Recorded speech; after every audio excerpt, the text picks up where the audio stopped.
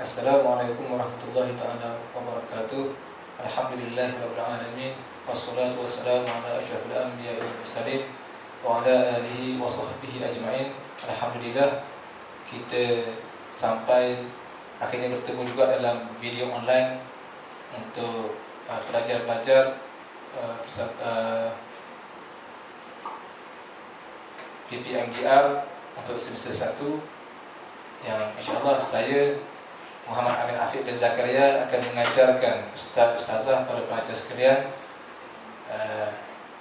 subjek pengantar fiqh, yang mana hari ini kita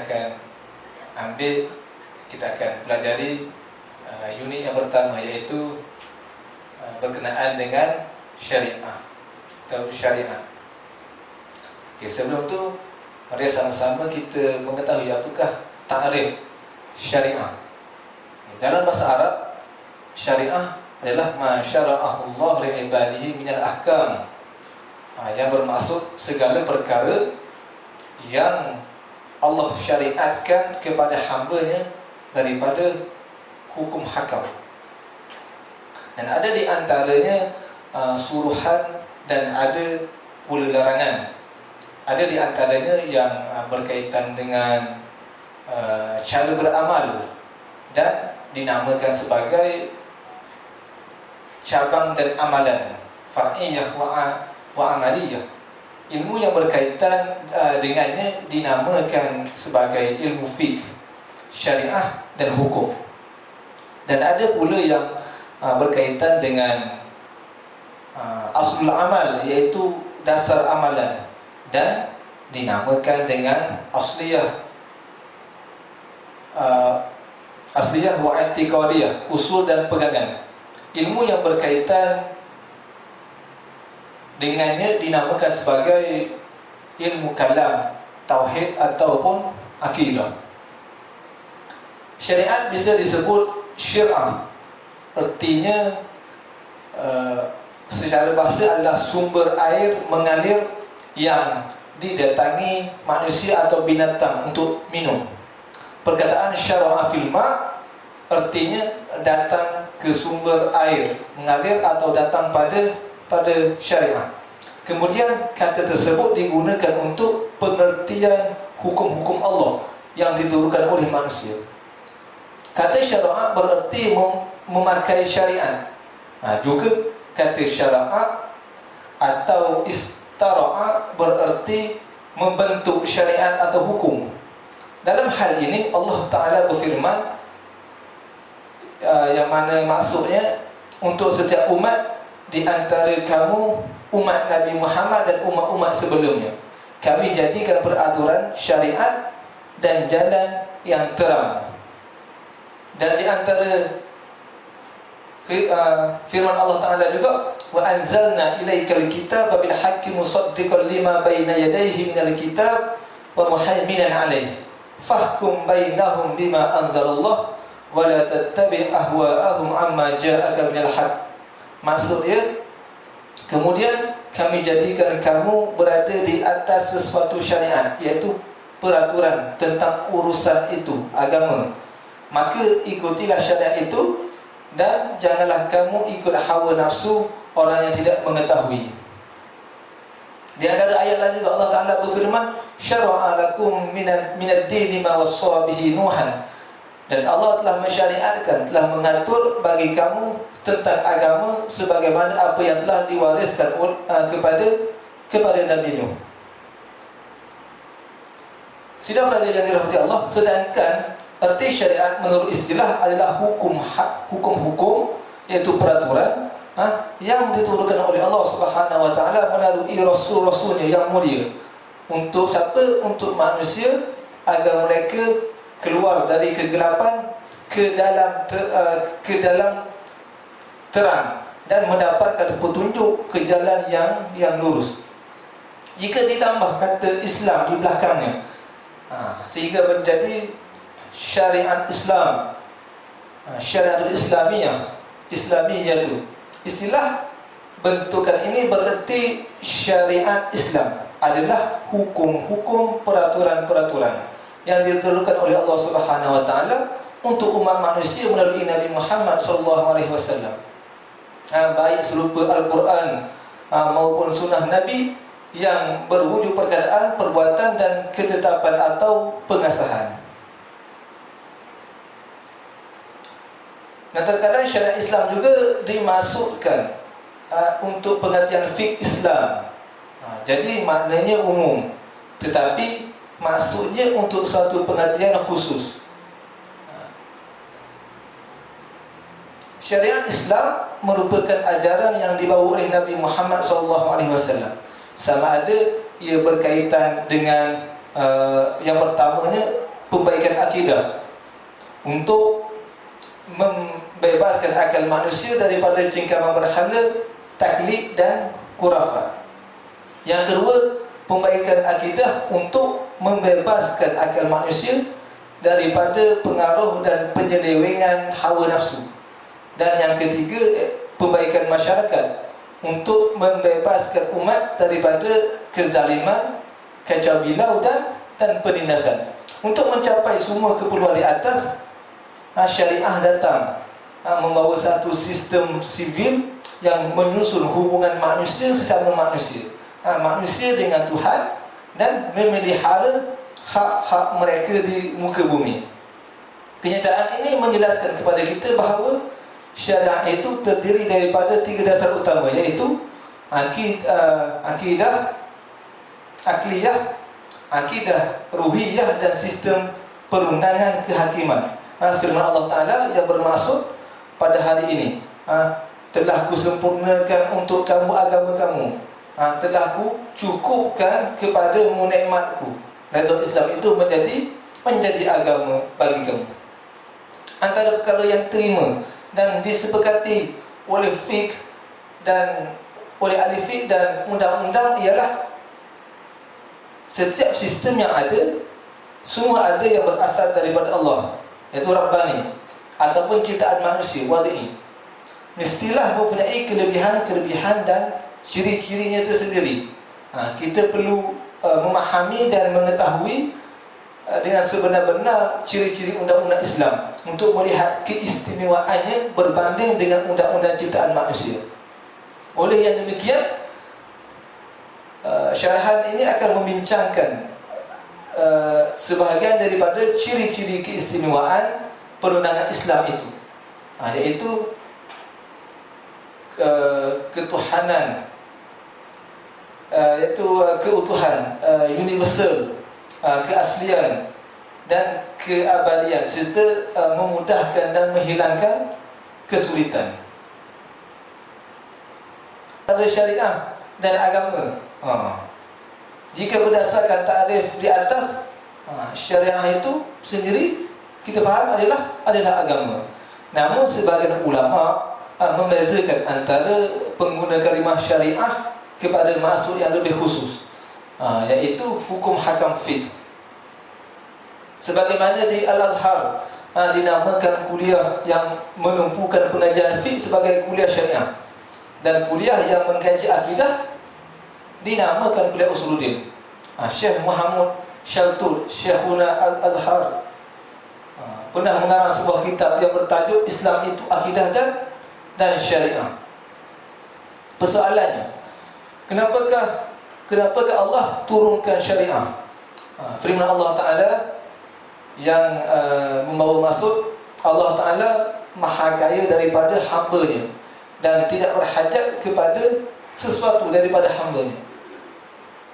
Di dalam ayat pertama disebut agar manusia menegakkan keadilan. Ayat kedua, mengeluarkan manusia daripada kegelapan.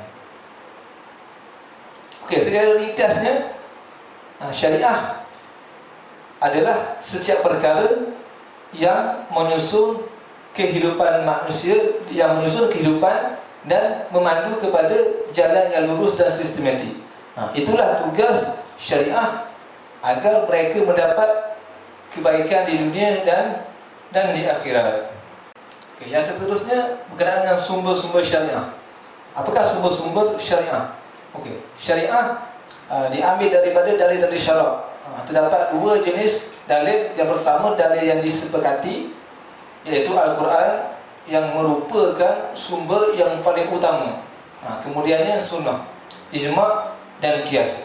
Okey, jenis yang kedua pula, dalil yang terdapat perselisihan antara ulama, seperti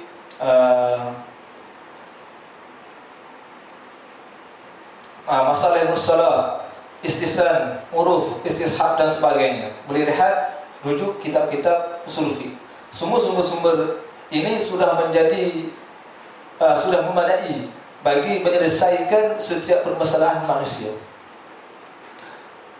Apakah perkara yang sabit, iaitu yang tetap? Perkara yang sabit, tetap dan tidak akan berubah adalah yang berkaitan dengan akidah, ibadat yang asas, akhlak-akhlak yang utama, nilai murni dan perkara yang dipandang keji, halal dan haram, perkara-perkara yang dasar yang berkaitan dengan individu mencari pekerjaan halal, berpakaian menutup aurat, makanan halal, hubungan antara suami isteri, kaum kerabat, hak-hak asas masyarakat, pemerintah, rakyat dan sebagainya. Itu perkara as-sabit.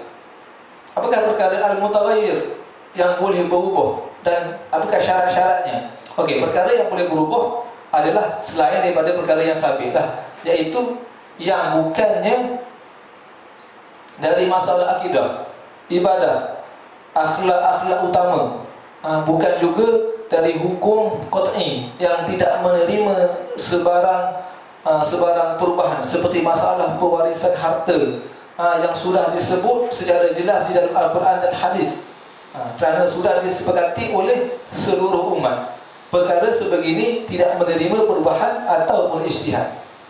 Perkara mutaghayyir adalah cukup banyak, iaitu segala perkara yang boleh dimasuki ijtihad. Ia dikaji dalam ilmu fiqh dengan perbahasan yang cukup meluas. Daripada sini timbulnya perubahan fatwa. Fatwa ni boleh berubah mengikut 4 perkara, iaitu masa, tempat, uruf dan keadaan. Jadi di sana terdapat perkara yang boleh berubah dan ada perkara yang tidak boleh berubah, iaitu perkara yang menjadi dasar dan asas-asas agama. Baik, sebahagian manusia apabila mendengar kalimah undang-undang syariah terus rasa takut, seolah-olah syariah tidak mampu memberikan keadilan. Sebenarnya syariah adalah amat bertepatan dengan nas dan akal manusia. Ia akan dilaksanakan sebagaimana dilaksanakan undang-undang biasa. Bukan bermakna apabila kita mahu melaksanakan syariah tu kita potong tangan pencuri. Saya berpendapat perkara ini tidak akan boleh terus dilaksanakan dalam beberapa tempoh yang terdekat. Kita sebenarnya amat berhajat untuk mendahulukan perasaan dasar yang berkaitan dengan akidah, akhlak, ekonomi, ilmu tentang syariat. Terdapat 2 juta penduduk jalanan di Mesir sekarang yang tidak mempunyai pendidikan. Adakah apabila kita melaksanakan syariah kita terus akan memotong tangan mereka? Terlebih dahulu kita perlu mengajar mereka, memberi pemahaman, memenuhi keperluan terhadap kepekerjaan, pengetahuan dan perkara asas. Semua ini perlu dilaksanakan sebelum dilaksanakan hudud. Bukankah Nabi Muhammad memulakan dakwahnya dengan membetulkan akidah dan menanam pemahaman selama 10 tahun di Mekah? Baginda terlebih dahulu menjelaskan halal dan haram, membersihkan jiwa dan mempersiapkan manusia untuk melaksanakan syariah. Setiap pihak yang akan memegang tampuk pemerintahan amat perlu memahami perkara ini terlebih dahulu.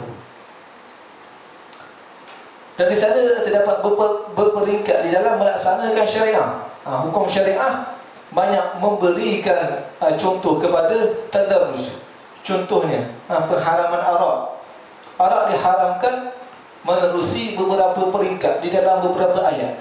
Lihatlah bagaimana Allah mencipta segala perkara secara berperingkat-peringkat.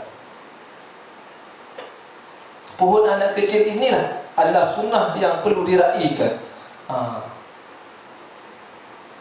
Bukan hudud sahaja dalam syariat Islam, tetapi banyak lagi hukum hakam syariah yang lain. Persoalannya, siapakah yang boleh melaksanakan syariah? Negara atau umat? Sebagai perkara syariah boleh dilaksanakan tanpa memerlukan kuasa. Contohnya makan, sembahyang, bekerja. Semua perkara ini boleh dilaksanakan mengikut syariah tanpa memerlukan kepada negara. Adakah kita ni perlu menunggu perintah makan baru kita makan? Dah. Perkara berkaitan mencari rezeki yang halal, mampu kita laksanakan sendiri tanpa negara. Syariah adalah semua perkara yang berkaitan dengan mukallaf, buat atau tinggal. Adapun perkara besar seperti hukuman hudud hanyalah boleh dilakukan oleh negara. Jadi setiap orang melaksanakan apa yang dituntut daripadanya.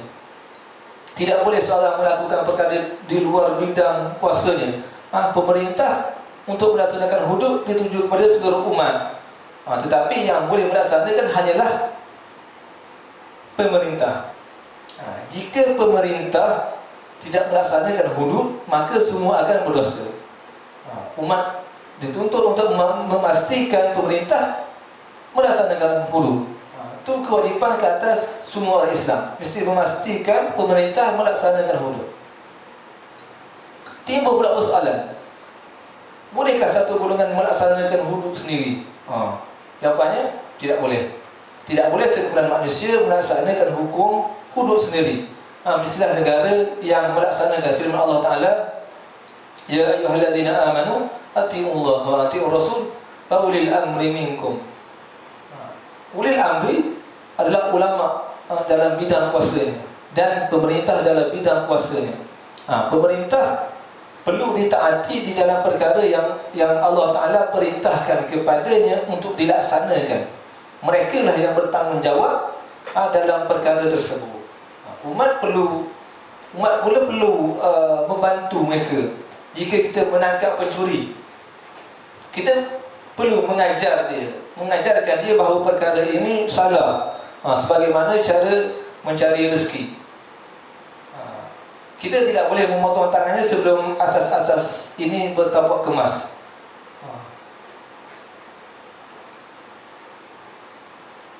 Sidang pelajar yang dirahmati Allah, kebanyakannya hukum syariah mempunyai khilaf. Hanya sedikit sahaja yang tidak ada khilaf. Sesiapa yang mengkaji ilmu fiqh muqarrar akan mendapati kebenaran kata-kata saya ni. Setengah orang mengatakan kita perlu berpegang kepada zahir nas. Tidak, syariah mempunyai maqasid dan matlamatnya. Maqasid ini perlulah diraikan. Ibn Taymiyah melarang orang menegah tentera tata minum arak. Arak diharamkan kepada kita kerana ia menyibukkan kita daripada mengingati Allah. Tetapi arak adalah lebih baik buat mereka, kerana arak menyibukkan mereka daripada membunuh. Ini adalah satu contoh pandangan terhadap maqasid. Seorang Muslim perlu melihat di manakah tarjih. Banyak pendapat bukan bermakna kita perlu mengambil semua pendapat. Tidak, bahkan kita perlu meneliti yang manakah lebih rajih dan mempunyai masalah yang paling besar untuk manusia. Kisah Ibn Abbas, datang seorang bertanya kepadanya, adakah pembunuh diterima taubatnya? Ibn Abbas melihat wajah sahabatnya dan berkata, pembunuh tidak diterima taubatnya. Sahabat-sahabat beliau hairan dan bertanya kepadanya, Beliau menjawab, aku melihat mukanya dipenuhi perasaan malu dan dia ingin membunuh seorang mukmin. Maka aku ingin halang dia daripada membunuh. Maka Ibnu Abbas telah menutup jalan orang yang tersebut daripada membunuh. Sedangkan sebelum itu beliau memberi fatwa bahawa taubat seorang pembunuh diterima Allah Subhanahu Wa Taala. Daripada sini para ulama berkata, fatwa sebelum sesuatu perkara dilakukan adalah berbeza dengan fatwa selepas sesuatu perbuatan dilakukan. Seterusnya, pembahagian syariat Islam. Hukum yang diturunkan melalui Nabi Muhammad SAW untuk segenap manusia dibahagi menjadi 3 bahagian, iaitu yang pertamanya ilmu tauhid, iaitu hukum atau peraturan-peraturan yang berhubungan dengan dasar-dasar keyakinan agama Islam, yang mana yang tidak boleh diragukan dan harus benar-benar menjadi keimanan kita. Misalnya, peraturan yang berhubungan dengan zat dan sifat Allah Subhanahu Wa Taala yang harus iman, kita beriman kepadanya, beriman kepada Rasul, malaikat-malaikatnya, kitab-kitabnya, dan beriman kepada hari akhirat termasuk di dalam nikmatnya dan seksa, serta iman kepada qada baik dan buruk. Ilmu tauhid ini dinamakan juga ilmu akidah atau ilmu kalam. Yang pertama. Yang kedua, ilmu akhlak, iaitu peraturan-peraturan yang berhubungan dengan pendidikan dan penyempurnaan jiwa. Misalnya segala peraturan yang menegak pada perlindungan keutamaan dan mencegah kejelekan. Seperti kita harus berbuat benar, harus memenuhi janji, harus menepati janji, harus amanah, dan dilarang kita ni khianat, berdusta, menipu dan sebagainya. Okey, yang ketiga, ilmu fiqh, iaitu peraturan-peraturan yang mengatur hubungan manusia dengan Tuhannya dan hubungan manusia dengan sesama manusia. Ilmu fiqh mengandungi 2 bahagian. Yang pertama, ibadah, iaitu yang menjelaskan tentang hukum hakam hubungan manusia dengan Tuhannya. Dan ibadah tidak sah, iaitu tidak diterima kecuali disertakan dengan niat. Contoh ibadah, misalnya solat, zakat, puasa dan haji. Yang kedua, muamalat, iaitu bahagian yang menjelaskan tentang hukum-hukum hubungan antara manusia dengan sesama manusia. Ilmu fiqh juga dapat disebut qanun, iaitu undang-undang. Menurut buku Syariah dan Ibadah yang disusun oleh kumpulan Dirasat Islamiyah dari Universitas Islam Jakarta, ada 5 asas yang merupakan tujuan utama dari syariat Islam. Apa yang pertama? Yang pertama, Islam ni hifzuddin, memelihara kemaslahatan agama. Baik, agama Islam harus dibela dan dari ancaman orang-orang yang tidak bertanggungjawab, yang hendak merosakkan akidah, ibadat dan akhlak umat. Ajaran Islam memberikan kebebasan untuk memilih agama, seperti firman Allah Ta'ala, la ikraha fid din, tidak ada paksaan untuk memasuki agama Islam. Akan tetapi, untuk terpeliharanya ajaran Islam dan terciptanya rahmatan lil alamin, maka Allah Subhanahu Wa Ta'ala telah membuat peraturan-peraturan termasuk larangan berbuat musyrik dan murtad. Kata Allah Subhanahu Wa Ta'ala, innallaha la yaghfiru an yushraka bihi wa yaghfiru ma duna dzalika liman yasha wa man yusyrik billahi faqad iftara isman 'azima. Maksudnya, sesungguhnya Allah tidak akan mengampuni dosa syirik dan dia mengampuni segala dosa yang selain dari syirik itu bagi siapa yang dikehendakinya. Barang siapa yang mempersekutukan Allah, maka sesungguhnya ia telah berbuat dosa yang besar. Dengan adanya syariat Islam, maka dosa syirik maupun murtad akan ditumpas. Yang kedua, hifzun nafs, iaitu memelihara jiwa. Baik, agama Islam sangat menghargai jiwa seseorang. Oleh sebab itulah diberlakukan hukum qisas, diamalkan hukum qisas, diwajibkan hukum qisas yang merupakan satu bentuk hukum pembalasan. Seseorang yang telah membunuh orang lain akan dibunuh. Seseorang yang telah mencederai orang lain akan dicederai. Seseorang yang telah menyakiti orang lain akan disakiti secara setimpal. Dengan demikian, seorang akan takut melakukan kejahatan. Allah Ta'ala berfirman, Ya ayyuhalladzina amanu kutiba alaikumul qisasu fil qatla. Wahai orang-orang yang beriman, telah diwajibkan ke atas kamu, kepada kamu qisas, iaitu pembalasan pada orang-orang yang dibunuh.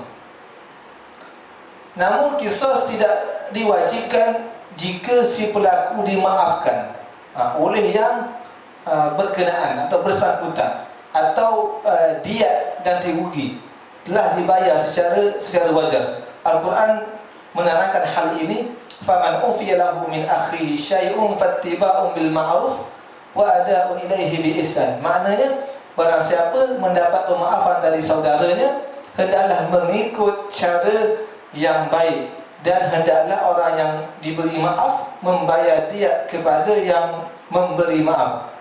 Orang yang diberi maaf membayar diat kepada yang memberi maaf dengan cara yang baik. Dengan adanya syariat Islam, maka pembunuh akan dimaafkan, kerana pada cara pembunuh akan berfikir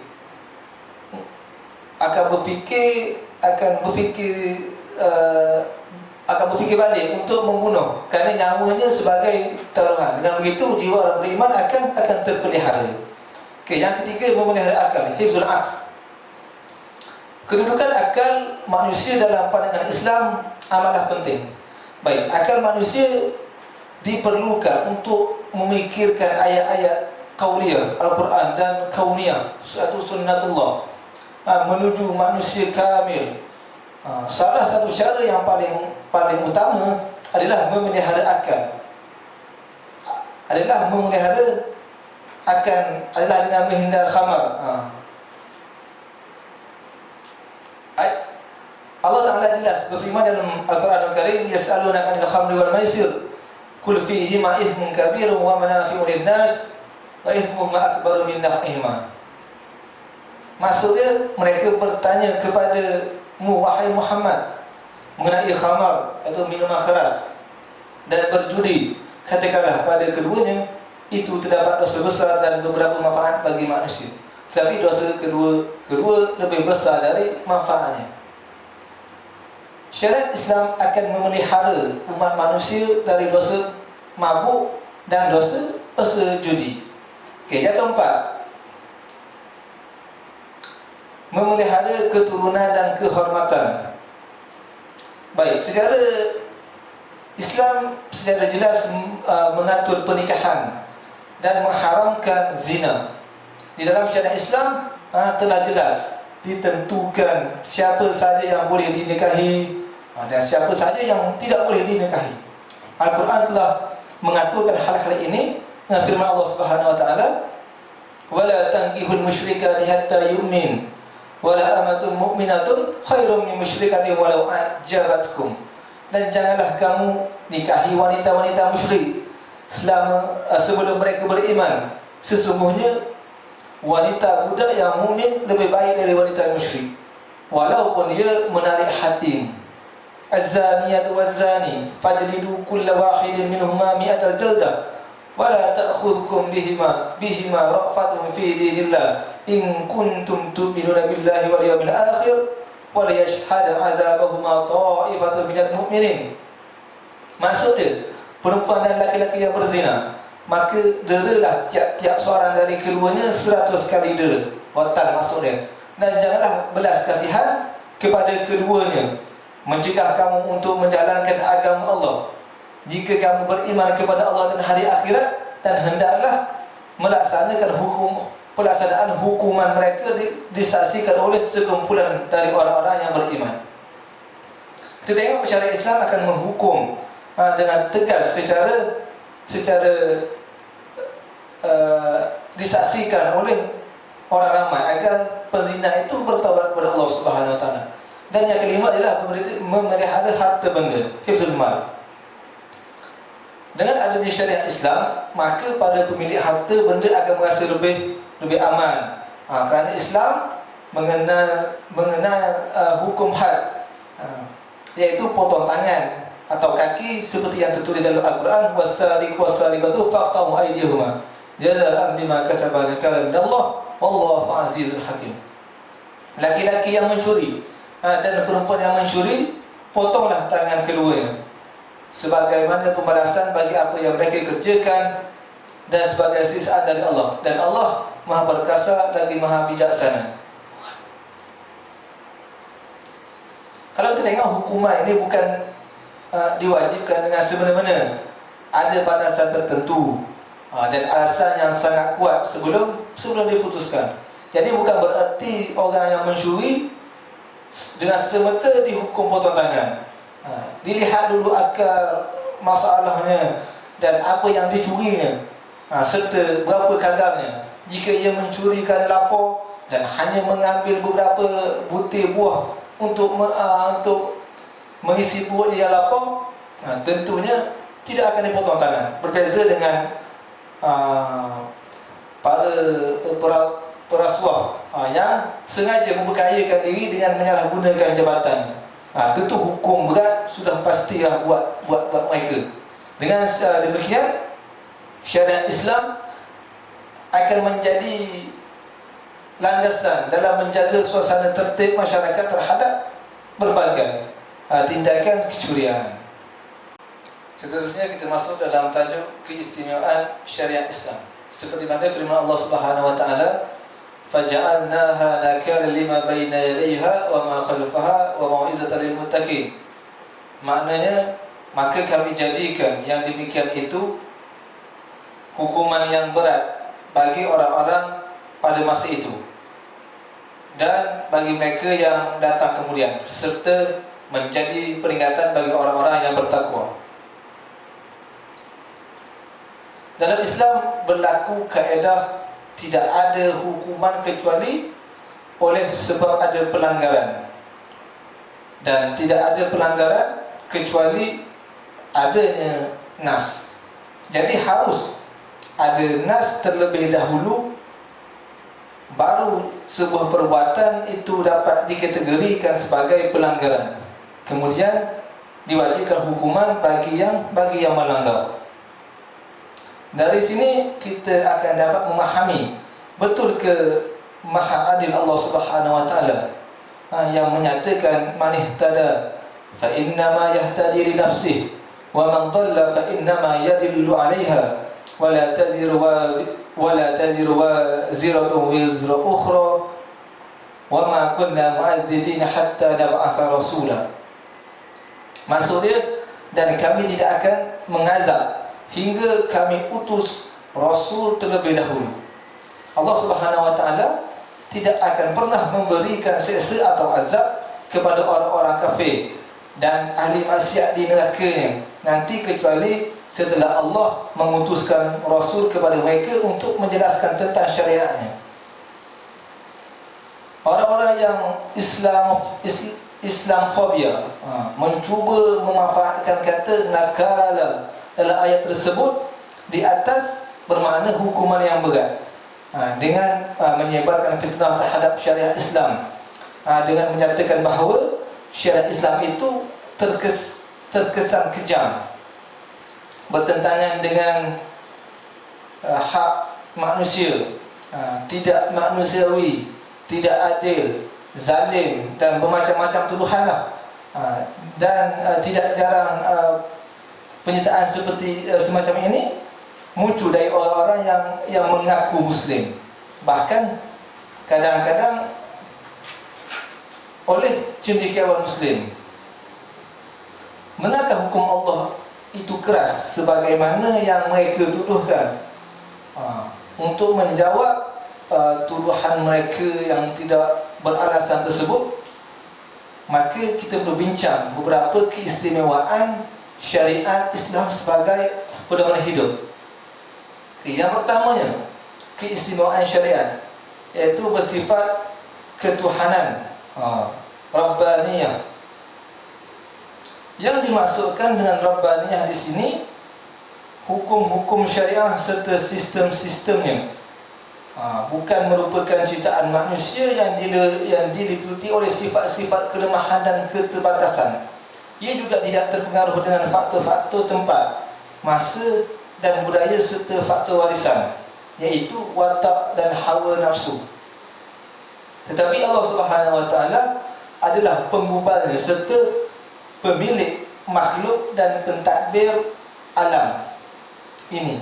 Dialah Rabb, Tuhan seluruh isi alam, yang telah menjadikan segala sesuatu dengan sebaik-baiknya.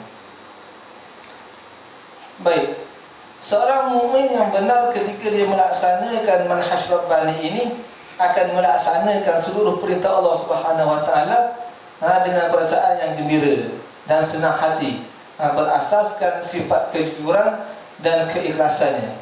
Ini adalah kerana yang pertama apa? Dia benar-benar mengetahui bahawa Allah adalah pencipta yang maha berkuasa. Dia berhak berbuat sekehendaknya terhadap perihal makhluknya. Manusia merupakan makhluk yang lemah dan terbatas, serta tidak berhak berbuat sesuatu melainkan hanya patuh kepada apa yang telah dipilih oleh Allah baginya tanpa perasaan ragu-ragu dan sangsi. Firman Allah Subhanahu Wa Taala, wa rabbuka yakhluqu ma yasha'u wa yakhtar ma kana lahum hira subhanallahi wa ta'ala amma yusyrikun. Maksudnya, dan Tuhanmu menciptakan apa yang dia kehendaki dan memilihnya. Sekali-kali tidak diberi pilihan bagi mereka. Maha suci Allah dan maha tinggi daripada apa yang mereka persekutukan. Itu yang pertama. Yang kedua, dia mengetahui dengan yakin bahawa Allah maha mengetahui segala sesuatu. Allah lebih mengetahui tentang hukum-hukum yang disyariatkan untuk hamba-Nya, dan lebih tahu tentang masalah yang diwujudkan oleh mereka. Firman Allah Ta'ala, ia bermaksud, tidakkah mereka tahu bahawasanya Allah mengetahui rahsia dan bisikan mereka, dan bahawasanya Allah amat mengetahui segala yang baik. Yang ketiga, dia tahu sebenar-benarnya bahawa Allah yang maha bijaksana tentang apa-apa yang disyariatkannya. Maksud bijaksana Allah Subhanahu Wa Taala ialah ia meletakkan sesuatu pada tempatnya yang sesuai dengan bentuk yang dapat membawa kepada kemaslahatan dan menolak kebinasaan. Firman Allah Ta'ala yang bermaksud Allah lah yang maha mengetahui lagi maha bijaksana. Yang keempat, dia mengetahui dengan sesungguhnya bahawa manusia tetap lemah pada dasarnya dan tidak mampu untuk sampai ke peringkat kesempurnaan, walau bagaimanapun mata ilmu pengetahuan dan tinggi kebudayaannya. Firman Allah Ta'ala, wa khuliqal insanu dha'ifa, dan manusia dijadikan bersifat lemah. Selain daripada itu, sebagaimana yang telah dinyatakan bahawa manusia dipengaruhi oleh suasana alam sekeliling, hawa nafsu, warisan, dan dibentuk oleh akidah yang dianutinya. Manusia juga mudah dipengaruhi oleh kecenderungan tertentu yang berkaitan dengan dirinya. Realiti antarabangsa, persaingan sosial dan pertentangan pemikiran yang manusia cenderung kepadanya sekarang ini adalah merupakan bukti yang paling nyata bahawa manusia mudah terpengaruh dengan semua faktor tersebut. Akal dan ilmunya adalah terbatas, dan ia lemah untuk mencipta undang-undang bagi dirinya walaupun matang dan sempurna. Allah Ta'ala berfirman, wa fawqa kulli dhi ilmin alim. Wa fawqa kulli dhi ilmin alim. Maksudnya, dan di atas tiap-tiap orang yang berpengetahuan itu adalah lagi yang maha mengetahui. Oleh kerana itulah kita lihat bahawa seorang mukmin yang mempunyai pandangan yang matang, faham tentang hakikat dirinya, akan segera melaksanakan syariat Allah. Dia bergerak untuk melaksanakan manhaj Rabbani dengan keyakinan bahawa pembinaan manusia hanya terjamin dengan mengikut yang maha sempurna, menyerahkan diri kepada yang maha suci daripada kekurangan, dan berserah diri kepada yang maha agung, yaitu Allah semata-mata. Firman Allah Ta'ala, وَمَنْ أَحْسَنَ مِنَ اللَّهِ حُكْمًا لِقَوْمٍ يُوقِنُونَ. Maksudnya, dan hukum siapakah yang lebih baik daripada hukum Allah bagi orang-orang yang yakin. Oleh kerana Rabbani ini, seorang Muslim tidak mempunyai pilihan lain untuk sama ada menerima ataupun menolak syariah, kerana menerimanya adalah tuntutan keimanan dan fitrah seorang insan. Benarlah Allah Ta'ala berfirman, وَمَا كَانَ لِمُؤْمِنٍ وَلَا مُؤْمِنَةٍ إِذَا قَضَى اللَّهُ وَرَسُولُهُ أَمْرًا أَنْ يَكُونَ لَهُمُ الْخِيَرَةُ مِنْ أَمْرِهِمْ وَمَنْ يَعْصِ اللَّهَ وَرَسُولَهُ فَقَدْ ضَلَّ ضَلَالًا مُبِينًا. Maksudnya, dan tidaklah patut bagi laki-laki mukmin dan tidak pula bagi perempuan yang mukminah apabila Allah dan Rasulnya telah menetapkan sesuatu ketetapan, akan ada bagi mereka pilihan yang lain tentang urusan mereka. Baik, sidang pelajar yang dirahmati Allah sekalian, umumnya perundangan dibentuk sama ada perundangan Islam maupun selainnya adalah untuk menjaga kemaslahatan umat manusia sejagat. Meskipun ia dilihat seperti mempunyai persamaan, namun ada segi-segi perbezaan yang jauh sekali. Yang pertama, kehendak Tuhan tidak boleh disamakan dengan kehendak manusia yang selalu mengalami kekurangan yang sesuai dengan sifatnya. Oleh kerana itu, undang-undang yang diciptakan oleh manusia tidak dapat memberikan kebahagiaan individu maupun masyarakat. Yang kedua, nas-nas dari Al-Quran dan Al-Hadis terjamin dari kesalahan. Akan tetapi, seelok mana pun manusia, ia tidak terlepas daripada kesalahan. Yang ketiga, undang-undang manusia tidak memperoleh penghormatan yang tinggi dan suci seperti yang diperoleh oleh hukum Islam. Dan hal ini disebabkan kerana hukum Islam bersumberkan pada wahyu Tuhan, sedangkan hukum manusia bersumberkan kepada sifat dan perbuatan manusia itu sendiri. Oleh yang demikian, hukum Islam boleh mengalami kestabilan dan pelaksanaannya dapat didasarkan atas kerelaan dasar-dasar hukum tersebut yang datang dari Tuhan, di mana semua perbuatan-perbuatan dan perintah-perintahnya hanya dimaksudkan untuk mewujudkan kebaikan ke atas semua manusia. Itu ciri yang pertama. Ciri yang kedua, universal atau alamiah. Sidang pelajar yang dirahmati Allah sekalian, ciri yang kedua ni, syariat Islam dalam semua hukum, sistem dan prinsipnya mempunyai corak kemanusiaan, iaitu insaniah, dan dia ini bersifat universal.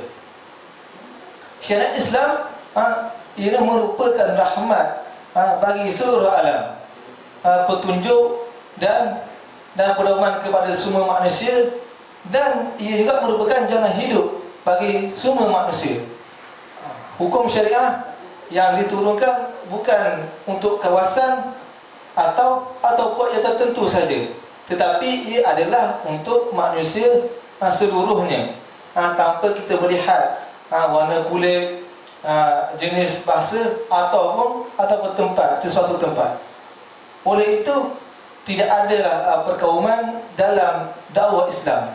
Tidak ada yang disebut asabiyah dalam hukum, dan tidak ada kasta dalam Islam. Semua manusia dalam Islam adalah sama. Tidak ada kelebihan bagi mereka yang berbangsa Arab ke atas bangsa bukan Arab, kecuali dengan takwa. Ciri universal perundangan inilah yang diterangkan oleh Allah dalam beberapa ayat firman-Nya. Di antaranya Allah Ta'ala berfirman, وَمَا أَرْسَلْنَاكَ إِلَّا رَحْمَةً لِلْعَالَمِينَ. Maksudnya, dan tidaklah kami mengutuskan kamu melainkan untuk menjadi rahmat bagi seluruh alam. Di antaranya firman-Nya lagi, "Qul ya ayyuhan nas, inni rasulullah ilaikum jami'a." Maksudnya, katakanlah, hai manusia, sesungguhnya aku adalah utusan Allah kepada kamu semua. Di antaranya lagi, "Wa ma nursilul mursalina illa mubasysyirin wa mundzirin." Maksudnya, dan kami tidak mengutus kamu melainkan kepada umat manusia seluruhnya, bagi pembawa berita gembira dan sebagai pemberi peringatan. Rasulullah sallallahu alaihi wasallam bersabda yang bermaksud, aku berikan 5 perkara yang tidak diberikan kepada nabi-nabi sebelumku. Aku ditolong oleh Allah dengan dia mendatangkan perasaan gentar dalam hati orang-orang kafir selama sebulan. Bumi ini dijadikan masjid bagiku dan suci untuk tayamum. Siapa saja daripada umatku, apabila masuk waktu solat, hendaklah dia solat. Dihalalkan bagiku ghanimah, iaitu harta rampasan. Nabi-nabi dahulu diutuskan kepada kaum mereka khususnya, sedangkan aku, kata Nabi, diutuskan kepada seluruh umat manusia dan diberikan kepadaku syafaat. Hadis ni hadis riwayat Bukhari dan Muslim. Baik, disebut dalam hadis sahih bahawa Rasulullah sallallahu alaihi wasallam menghantar utusan kepada raja-raja dan pembesar-pembesar seperti An-Najashi, Kisra dan selainnya, untuk mengajak mereka kepada Islam.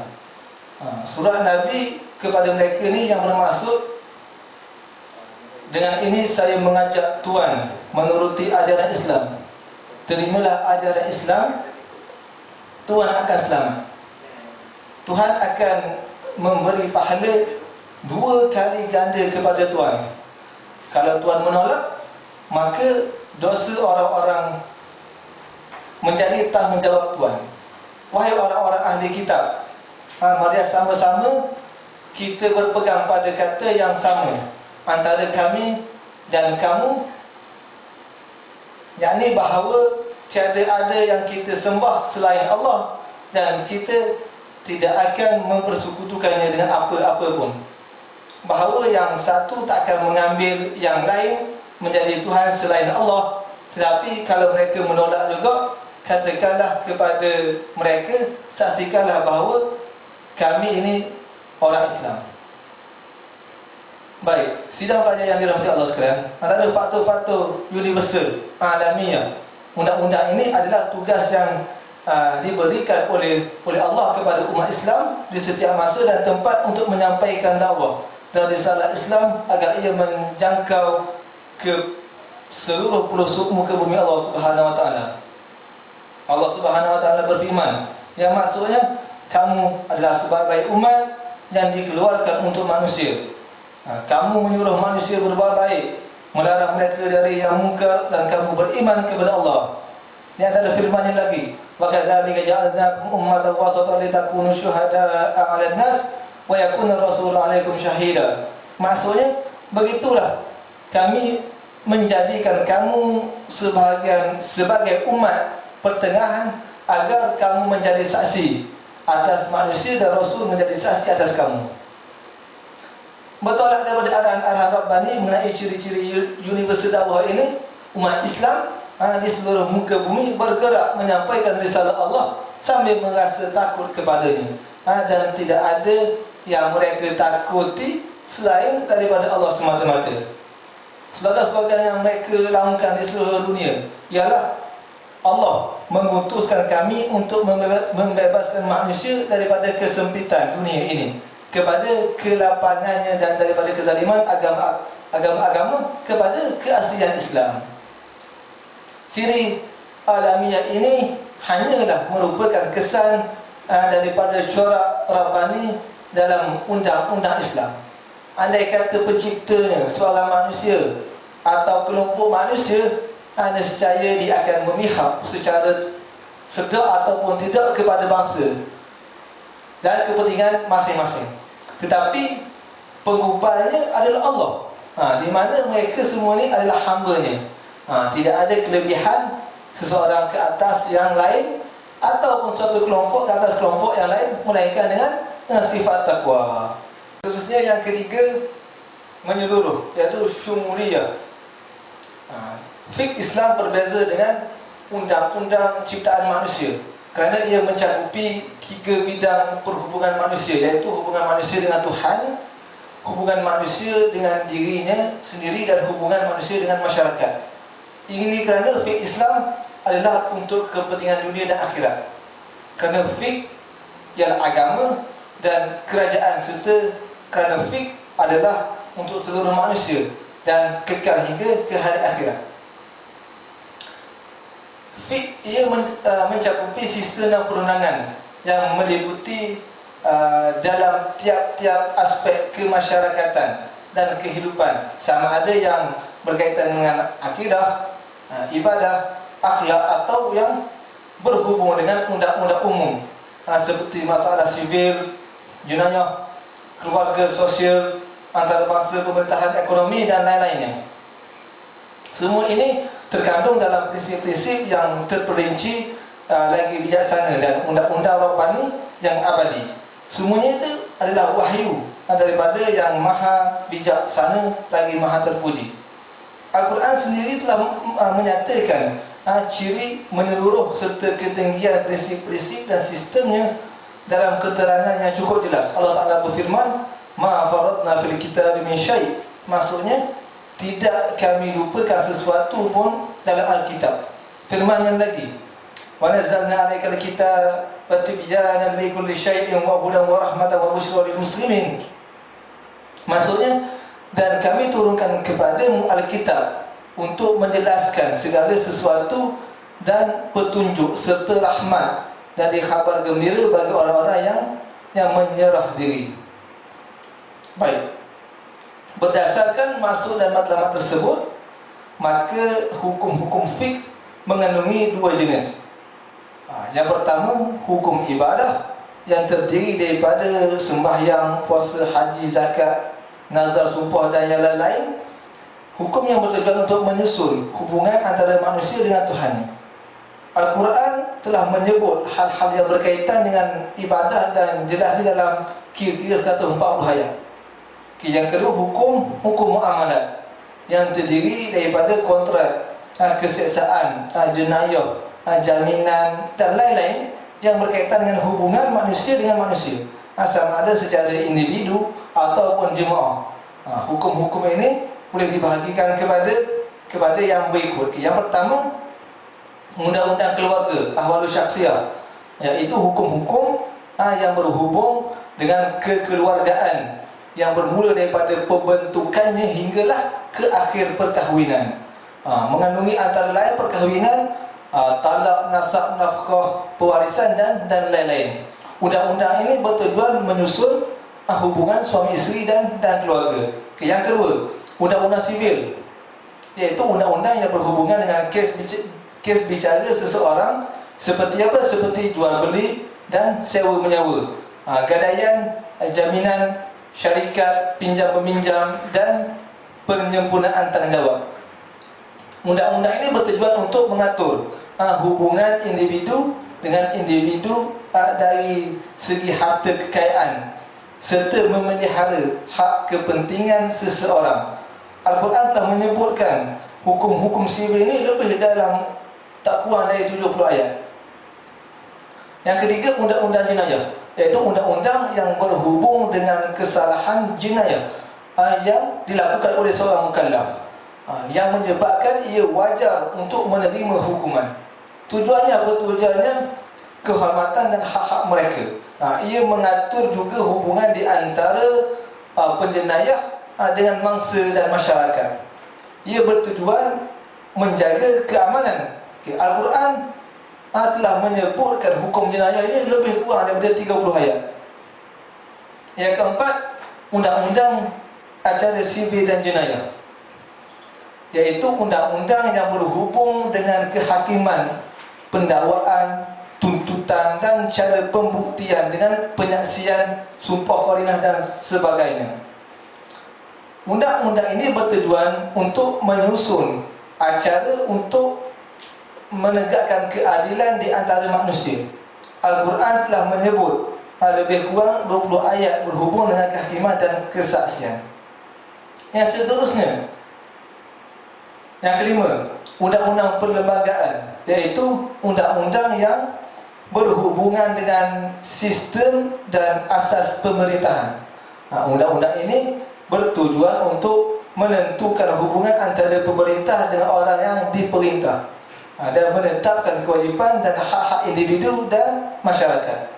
Yang keenam, undang-undang antarabangsa, iaitu undang-undang yang berhubung dengan sistem dan asas hubungan antara negara Islam dengan negara yang bukan Islam dalam semasa damai dan perang. Juga hubungan rakyat bukan Islam dengan negara Islam. Undang-undang ini juga meliputi hal-hal yang berkaitan dengan jihad dan perjanjian. Tujuan undang-undang ini adalah untuk menetapkan jenis hubungan, kerjasama dan menghormati di antara negara. Yang seterusnya, undang-undang ekonomi dan keuangan, iaitu yang berhubung dengan hak individu tentang keuangan dan harta serta tanggungan mereka dalam sistem dan peraturan keuangan. Nah, selain menentukan hak dan kewajipan negara dari segi keuangan, mengatur hasil dan pendapatan serta perbelanjaan negara. Undang-undang ini bertujuan untuk mengatur dan menyusun hubungan keuangan dan pembahagian kekayaan di antara yang kaya dengan yang miskin, dan di antara negara dan rakyatnya. Banyak lagi kaedah dan prinsip yang ditetapkan sama ada dalam Al-Quran, As-Sunnah, Ijma' dan Qiyas. Semuanya itu tidak lain merupakan dalil yang nyata bahawa Islam adalah agama dan negara, serta merupakan penegasan yang pasti bahawa Islam adalah syumul bagi setiap masa dan tempat.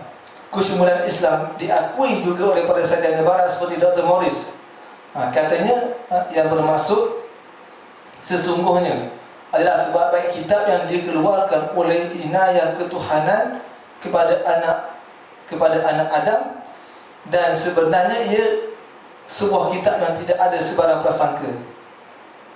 Alex Lyson pula berkata, Muhammad telah meninggalkan kepada dunia sebuah kitab yang menjadi lambang keindahan bahasa dan sastra dan dasar akhlak, iaitu kitab suci, dan tidak ada masalah-masalah ilmiah yang baru dibongkari atau penemuan-penemuan baru satu masalah pun yang bertentangan dengan dasar-dasar Islam. Maka persesuaian yang sempurna ada di antara pengajian Al-Quran dan undang-undang Islam. Seterusnya, ciri-ciri yang keempat adalah keaslian dan keabadian.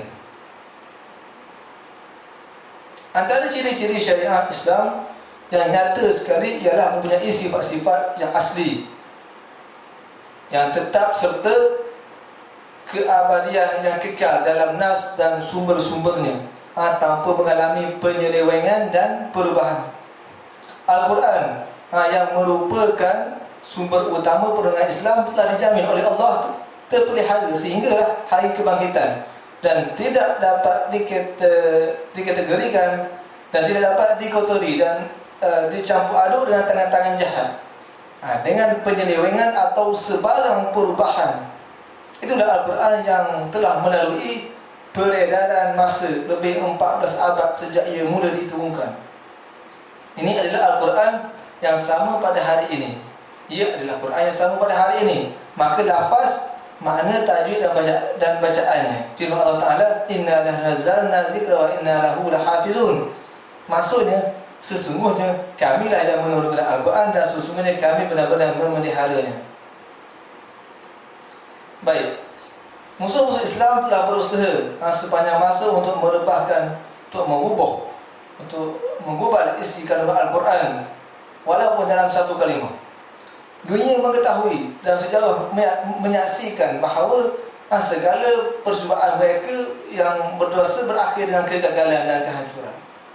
Bahkan mereka tidak dapat apa-apa daripada usaha mereka, melainkan kehinaan dan celaan semua generasi.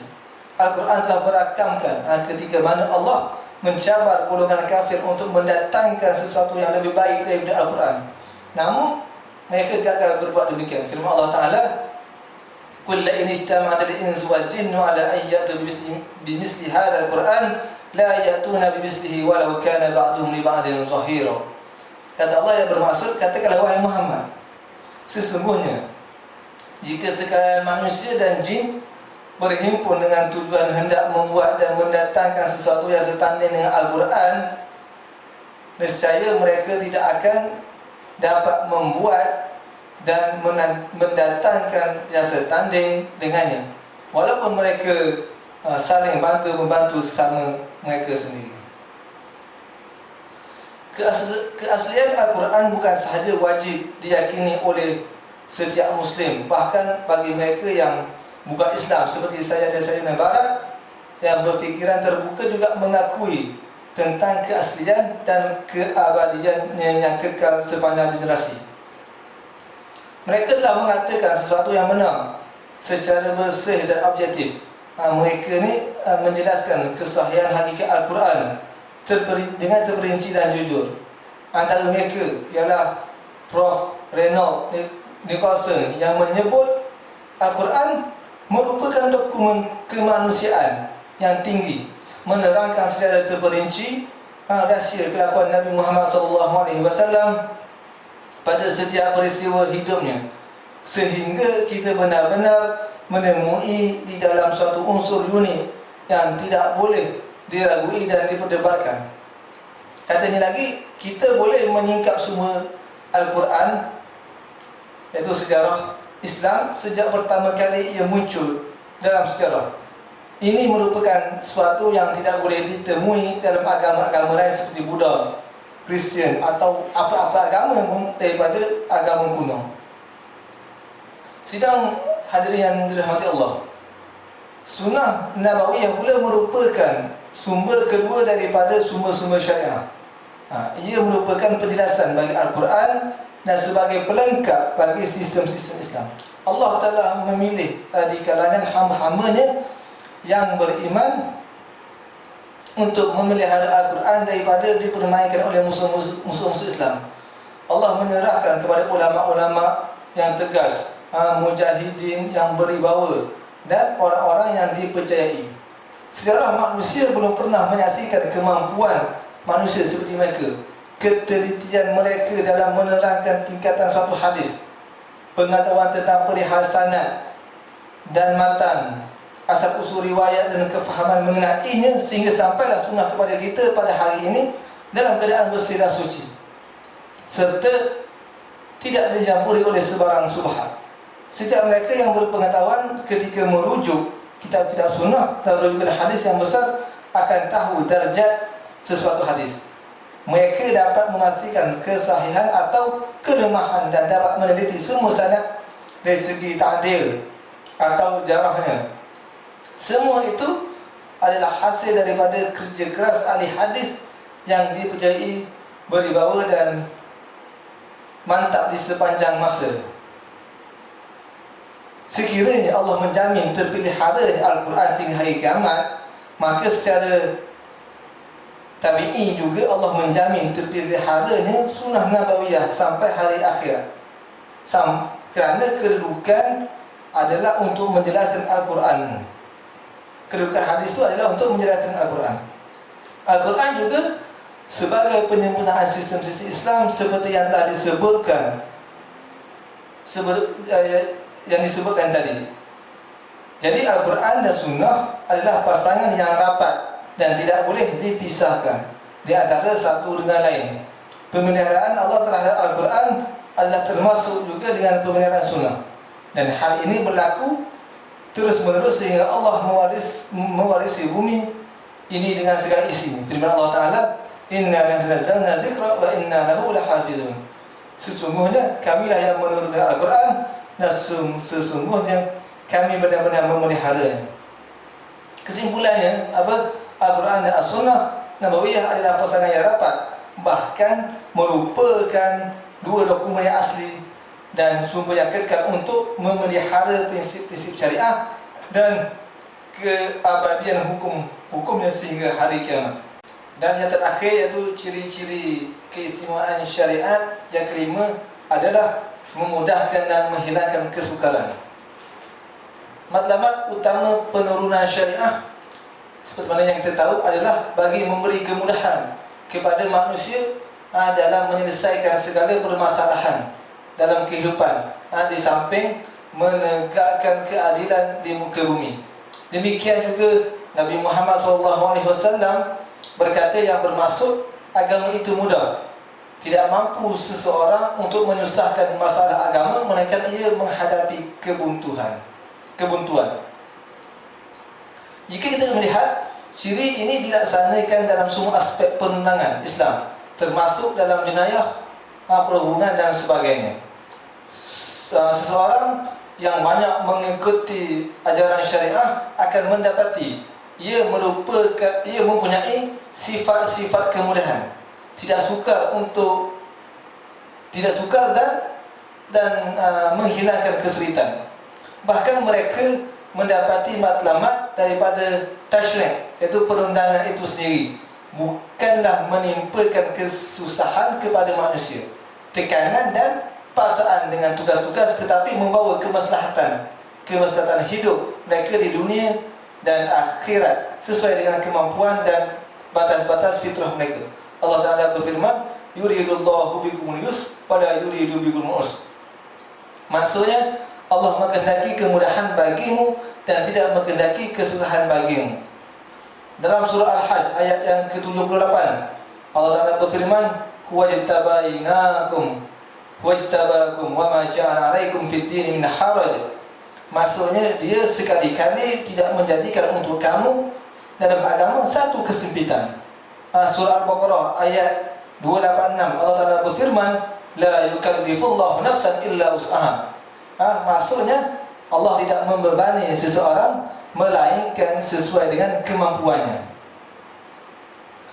Nas ini dan lainnya menguatkan serta membuktikan bahawa Islam yang membawa prinsip yang bertimbang rasa, tidak membebankan manusia di luar kemampuan mereka dan tidak membebankan manusia dengan tanggungjawab di luar jangkauannya. Ini adalah untuk menyedarkan mereka bahawa mereka tidak mempunyai alasan dalih untuk lari daripada perintah syarak atau meninggalkan larangannya. Bagaimanapun, pada fuqaha telah menggariskan sebab-sebab yang meringankan taklif kewajipan agama disebabkan 7 perkara. Yang pertama, perjalanan, iaitu musafir, dibolehkan untuk tidak berpuasa sebagai contoh, solat jamak dan qasar, gugur solat Jumaat dan berjemaah. Yang kedua, sakit, dibolehkan berbuka puasa, tayamum dan solat duduk. Paksaan, dibolehkan mengucap kalimah kufur, meninggalkan yang wajib, membinasakan harta orang, memakan bangkai dan minum khamar. Yang keempat, lupa, dimaafkan makan di siang hari bagi bulan Ramadan dan tidak haram sembelihan bagi yang lupa menyebut basmalah. Yang keenam, jahil, dibolehkan mengembalikan barang kerana ada aib yang tidak diketahui sebagai contoh. Dimaafkan percikan najis daripada lumpur di jalan yang suka dielakkan. Dan yang ketujuh, kekurangan, iaitu dihapuskan taklif orang yang hilang kelaikan seperti kanak-kanak dan orang gila.